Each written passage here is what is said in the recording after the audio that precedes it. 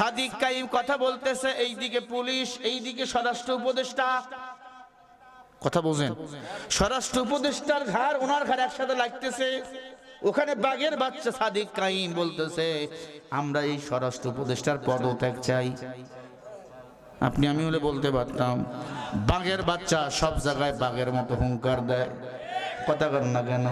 এই সাদিক কাইম শিবিরের ভাই এত ভোটে যে নির্বাচিত হয়েছে, সারা বাংলাদেশকে চমকাইয়া দিছে। ডাকসু বলো, জাকসু বলো, রাকসু বলো, সব জায়গায় আমার শিবিরের ভাইরা বিজয়ের মালা পড়ছে। কারণ আল্লাহর ভয় তাদের দিলের মধ্যে। কারণ তারা মদের বোতল হাতে লয় না, তা কখনো তারা মা বোনদের ইজ্জত নেয় না, কখনো আমার মা বোনদের ইজ্জত তারা করে না। কথা কোন ঠিক কিনা? যারা আল্লাহর পক্ষে, আল্লাহ তাআলা তাদের বিজয় দুনিয়াতে দিয়া দেয়। মাল্লাহুল মাওলা ফালাহুল কুল। আল্লাহ বলে, বান্দা তুমি যদি আমার হয়ে যাও, আমি আল্লাহ তোমার হয়ে যাব। আল্লাহু আকবার। এই সাদেক স্বরাষ্ট্র উপদেষ্টার আমরা পদত্যাগ চাই। কারণ তারা আইনের পদে বসে বেআইনি কাজ করতেছে। বাংলাদেশেও এখনো অনেক আওয়ামী লীগ স্বৈরাচারের কর্মীরা ঘুরে বেড়াইতেছে। এদেরকে চিরুনি অভিযানে ধরতে হবে, চিরুনি অভিযান করে। কথা বল না? আপনারা জানতেন বিগত সরকারের আমলে নির্বাচন আসলেই সবাইরে ধরে। কথা কয় না? জামাই শ্বশুর বাড়ি যাইতে সাহস পায় নাই, জামাইরও ধরছে। কয় তুই রাজাকার। কয় স্যার আমি নতুন বিয়ে হয়েছে। কয় বেটা তুই রাজাকার। কথা কন না কে? সাদিক কাইম 3টা আলটিমেটাম দিছে স্বরাষ্ট্র উপদেষ্টাকে, হয় পদত্যাগ করতে হবে, না হলে আওয়ামী লীগের সব কর্মীদেরকে গ্রেফতার করতে হবে চিরুনি অভিযান চালাইয়া, এবং প্রত্যেকটা উপদেষ্টাকে এবং প্রত্যেকটা কর্মীকে, জুলাই যোদ্ধাদেরকে বডিগার্ড দিতে হবে। কথা বলেন ঠিক না? ঠিক। জুলাই যোদ্ধা যারা যারা স্বাধীনতা আনলো, তারা আমাদের ভাই। মুগ্ধ, এরপরে বললেন আবু সাইদ মুগ্ধ। শেষ হয় না এখনো যুদ্ধ এখনো অনেক বাকি আছে। কথা বল না কে? আমার ভাই ওই হাদিকে গুলি করছে, হাদিকে মারার যে প্ল্যান করছে, আপনাকে আমাকে মারার প্ল্যান করে নাই, তার কি গ্যারান্টি আছে? এজন্য সাবধান। কোরআনের পাখিরা যেখানে যাবে একটু দেখে শুনে রাখবেন। বাতিলরা সবসময় আক্রমণ করতে চায়। চল ঠিকানা না, এই দুনিয়াটা হলো মুসাফিরখানা। বালু দিয়া বাড়ি বানাইছি ছোট্টবেলা, বানাইছেন? খেলতাম আমরা, মাদ্রাসা ছুটি, বিকাল বেলা ছাত্র ভাইরা খেলতাম। হেফজোখানায় যখন পড়তাম, কলা পাতা দিয়া ঘর বানাইতাম। সন্ধ্যা আব্বু আম্মু ডাকলে ভেঙ্গে দিয়া দৌড় মারতাম। আল্লাহ কয়, দুনিয়ার মানুষ এই পৃথিবীটা বালুর ঘরের মতো। তুমি বেঁচে আছো, তোমার সবাই স্মরণ করবে। তুমি মরিয়া গেলে তোমার কবরের পাশ দিয়েও কেউ যাবে না। কত কপাল বুড়া সন্তান আছে, মা বাবার কবরে গিয়া সালামটাও দেয় না। মা বাবার কবরে গিয়া একটু মুনাজাত ধরে না। বুখারীর হাদিস, নবীজি বলেন, কেউ যদি মা বাবার কবরের কিনারায় দাঁড়ায় গিয়া সালাম দেয়, সূরা ফাতিহা পড়ে, ইখলাস পড়ে, দরুদ পড়ে, দোয়া করে, রব্বির হামহুমা কামা রব্বায়ানি সগীরা, আমার আল্লাহ সাথে সাথে ওই কবর আযাব মাফ করিয়ে দেয়। আলেমদের গালি দেন না, গালি দিবেন না। কোন হক্কানি আলেম যদি কোন কবরের কিনারে দিয়ে হাঁটিয়া যায়, আল্লাহ ওই কবরের 40 দিনের কবর আযাব বন্ধ করিয়া দেয়। আলেমদের গালি দিও না রে বাবা। আলেম আছে, তুমি আসো, আলেম থাকবে না, তুমি থাকবা না। আলেম যদি না থাকে, কুত্তার মতো মরে পড়ে থাকবা, জানাজা দেওয়ার মতো আলেম পাওয়া যাবে না। কে তোমার বিয়ে পড়াইলো? কে তোমার কানে আযান দিল? কে তোমার কানে আকামত দিল? কে তোমার বিবাহ পড়ালো? কে তোমার জানাজা পড়াবে? একটু বলো। আলেম ছাড়া। একটা কথা ফালতু বলে তোর সুদা দিয়ে আমারে পিটাবি। আমি তোর দুশ্মন না, আমি তোর বন্ধু। আল মুসলিম ওয়াকুল মুসলিম, এক মুসলমান আর এক মুসলমান ভাই। গুনাহ ছাড়, গুনাহ নিয়া যদি কবরে যাও, জাহান্নামে যেতে হবে। এ যুবক, তোমার মতো এক যুবক উমরের দরবারে কান্না খলিফাতুল মুসলিমিন উমর, আমি গুনাহ করেছি। কি গুনাহ করেছো? নবীজি তখনও জিন্দা। উমর, আমি গুনাহ করেছি। কি গুনাহ করেছো বলো? বলে ভয় লাগে ভয়। কথার আগে আপনার তরবারি চলে। কি করেছো? বলে আমি 20 বছর কাপনের কাপড় চুরি করেছি।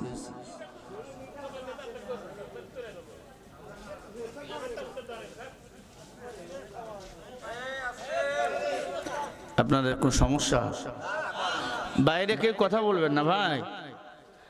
আসছেন তো কোরআন শুনতে, কিন্তু বাইরে ঘোরেন কেন ভাই? একটা কথাও কিন্তু রেকর্ড ভিতরে নাই। কথাগুলো বাইর করায় কে? আমি প্রতিদিন মাহফিলে উঠার আগে নামাজ 2 রাকাত পড়ে আল্লাহর কাছে কাঁদি, আল্লাহ এমন কিছু কথা বাইর করে দাও মানুষ যেন হেদায়েত পায়, মানুষ যেন বাড়ি গিয়ে কথাগুলো চিন্তা করে। আমার এখন তো ওয়াজগুলো হাসি আর হাসি হয়ে গেছে। ভাই বক্তার নাম বাচ্চু আনসারি, ডিজিটাল বক্তা। হাসায় হাসায় হাসায়, সি সি সি সি সি। আগে মানুষগুলো কানতে কানতে বাড়ি যাইতো মাহফিল থেকে। কথা কয় না কে? কি স্যার ঠিক না? এখন ওয়াজ আর মানুষ বাড়ি নিয়ে যায় না। ওই প্রায় বলতাম আমি, দাদাই আর নাতি গেছে ওয়াজ শুনতে, দাদাই আর নাতি গেছে ওয়াজ শুনতে। ছোট্ট একটা নদী, নৌকা দিয়ে পার হওয়া লাগে, হেঁটে গেলে লঙ্গি খায়। ওয়াজ শুনে বাড়ি যাবে, দাদাই কয় চলো বাড়ি যাই। নাতি কয় রাতের বেলা এখানে থাকো, সকালবেলা লঙ্গি, আমি নৌকা পাইলে নৌকায় যাব। কেন? কয় লঙ্গি খাবে। কয় না আমার লঙ্গি খাবে না। কেন? কয় আমি নদীতে যখন নামবো পানিও উঠবে, আমার লঙ্গিও উঠবে। কয় দাদু তুমি না ওয়াজ শুনলে হাঁটুর উপর কাপড় তোলা কবিরা গুনাহ? বলে শোন, তুই তো আমার নাতি, তোর আব্বা দুনিয়াতে না আসার আগ থেকে আমি ওয়াজ শুনি। এমনি আমি বাড়ি বাড়ি বাড়ি যাই নদী পার হইয়া, আমার নৌকা লাগে না। ও আল্লাহর বান্দা, এমনি বাড়ি গেলে হবে? যেখানকার ওয়াজ সেখানে রেখে গেলে হবে না, ওয়াজ নিয়ে যাবেন। যাবেন? বলেন ইনশাআল্লাহ। হেদায়েতের মালিক আল্লাহ। من يهده الله فلا مضل له ومن يضلله فلا هادي له। বলেন না হেদায়েতের মালিক কে? নবী আবু জাহেলকে হেদায়েত করার জন্য কম চেষ্টা করে নাই। আবু জাহেলের কপালে হেদায়েত আল্লাহ লেখে নাই। আপনি তো আবু জাহেল না, আপনি মুসলমান। বেধর্মীর ঘরের সন্তান আবু বকর মুসলমান হইয়া নবীর নেতা মানছে, জান্নাতের টিকিট যদি পায়, তুমি কি হইলা? কেন আবু বকরের ঠোঁটে জিহ্বার আওয়াজ? তোমার ঠোঁটে কেন বিড়ির আগুন? বলো, তোমার কপাল পুড়ে গেছে। তুমিও যুবক, আমিও যুবক। কোটি টাকা দাও, একটা বিড়ি খাওয়াইতে পারবা না। তুমি বিড়ি খাও, তোমার টাকা আছে, আমার চেয়ে তোমার টাকা বেশি নাই। বুঝার জন্য বললাম, অহংকারী না। বিড়ি খাইলে নামাজ হয়, রোজা হয়, হজ হয়, যাকাত হয়, ইবাদত হয়।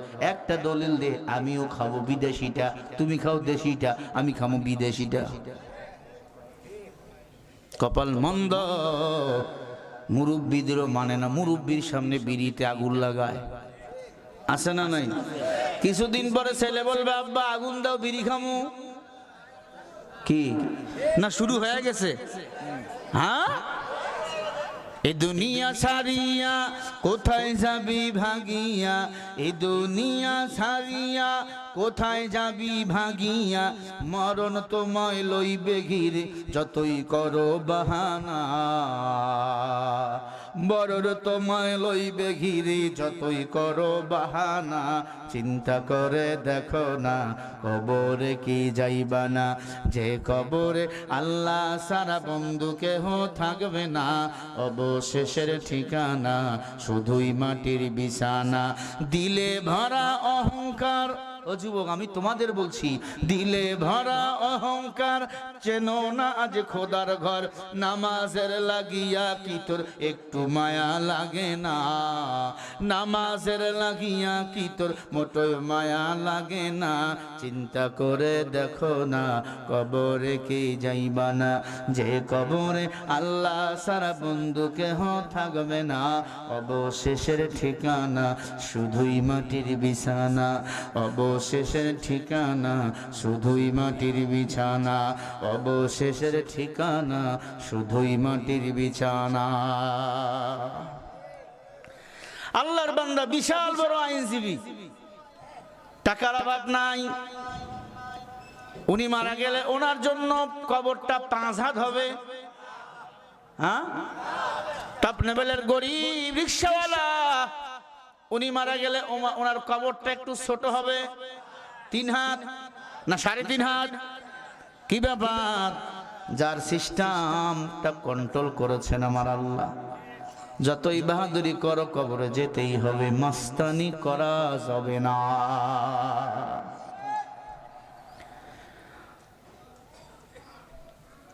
ও সিরাজগঞ্জের মানুষ, কথাগুলো দিলের কান দিয়া বুঝবেন বাবা। আমি আপনাদের সন্তানের মতো, আমি আপনাদের টিচার না। আমি আবার বলছি, আমার চেয়ে অনেক জ্ঞানী মানুষ ওখানে বসে আছেন। আমার মনটা চাই ওই জায়গায় গিয়া বসি, কারণ ওই জায়গার সওয়াব অনেক বেশি। উমর একদিন বয়ান করতেছিল মেম্বারে, নবী গিয়া নিচে বসে গেছে। উমর লজ্জায় দাঁড়িয়ে গেল। হুজুর আপনি কেন নিচে? বলে এই জায়গায় আল্লাহ তাআলা সরাসরি আরশে আজিম থেকে সাকিনা নাজিল করতেছে। আমি বহু মাহফিলে গিয়ে যখন কেউ চিনতো না বসে শুনতাম। এখন গেলে তো কয় হুজুর আপনি প্রধান বক্তা, আপনি এখানে বসবেন। কিসের প্রধান বক্তা? আমিও মানুষ, আপনারাও মানুষ। কি বলেন? কোনো ভাব নাই কিসের আমি বক্তা, আমি একজন আলেম। এটাই হলো আমার পরিচয়, যে আলেম হিসাবে সম্মান করতেছেন। কারণ নবী আসবে না, নায়েবে নবী হলো উলামায়ে কেরাম। উলামায়ে কেরামের কথাগুলো শুনবেন। এই যে আমাদের ডক্টর সাহেব কত সুন্দর বাণীগুলো বলে গেল, এগুলো সব কথাগুলো বলেন কার? জোরে বলো কার? এত সুন্দর কথা দুনিয়ার কয়টা নেতা বলতে পারে বলেন? আওয়ামী লীগের কেউ বলতে পারবে, বিএনপির কেউ বলতে পারবে। এরা তো চান্দা নিয়ে ধান্দায় পাগল হয়ে গেছে। সারাক করিয়েন না, বল আপনারে কই নেই। ও মুসলমান, দুঃখ ম্যাডাম যে অসুস্থ, এরা চান্দা নিয়ে পাগল। কথা কন না? আলেমদের গালি দেয়, আমরাই দোয়া করি আল্লাহ মাফ করে দাও। হ্যাঁ, হুজুরদের আঙ্গুল তুলে হুজুর খারাপ। আঙ্গুল তুলছে কয়টা? আরে জোরে বলেন।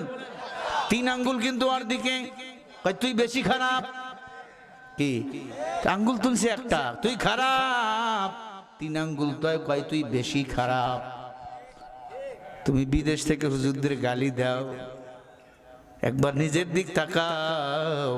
তুমি কাউয়া নাকি কোকিল?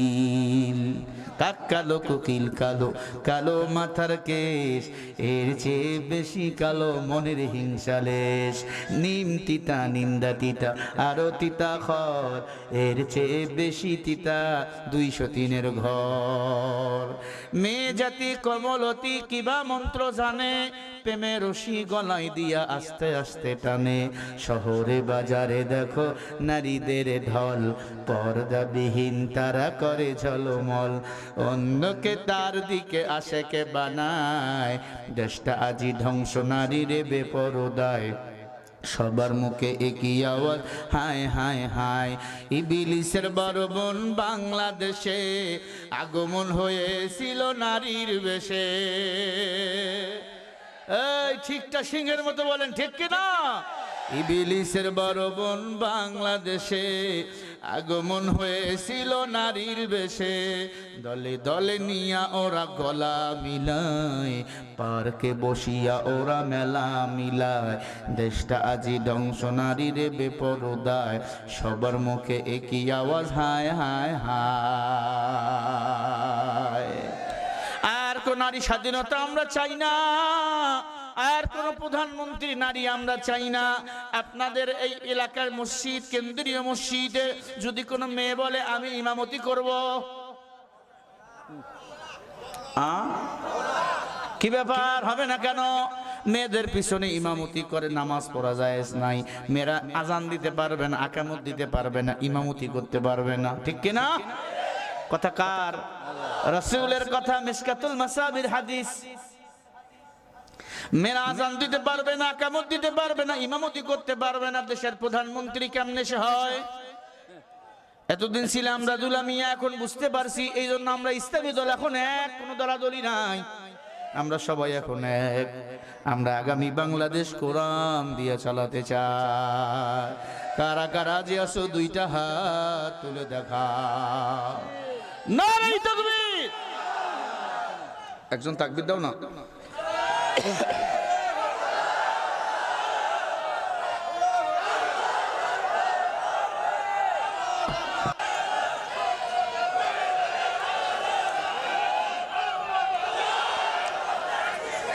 শোনো শোনো সিরাজগঞ্জবাসী, শোনো শোনো রায়গঞ্জবাসী, শোনো দিয়া মন, ভালো লাগলো আপনাদের এই মাহফিল আয়োজন, ভালো লাগলো আপনাদের এই তাফসীর আয়োজন। এই মাহফিলের সভাপতি খোয়াজ উদ্দিন সাহেব, তাই আরো আছেন এই এলাকার মুসলমান সবাই। আমরা সবাই কোরআন শুনে, আমরা সবাই কোরআন দিয়ে জান্নাত গড়তে চাই। কারা কারা জান্নাত যাবা হাতে লারা দাও সবাই, হাতে লারা দাও সবাই।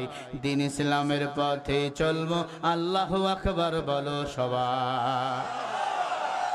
আওয়াজ করে দাগের মতো বলেন, জোরে বলেন আল্লাহু আকবার।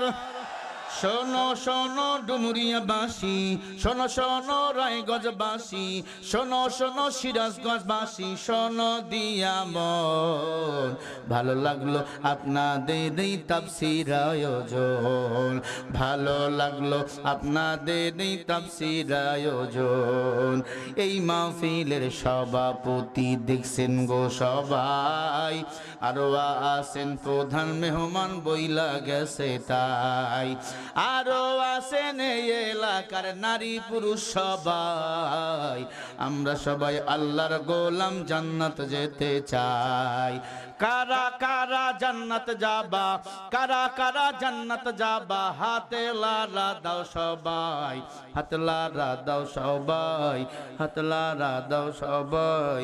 দিন ইসলামের পথে চলবো, আল্লাহু আকবার বলো সবাই। এমন ভাবে আওয়াজ দিলেন মনে হয় বিড়ি কিবুল খায়া আইছেন, জোরে বলে।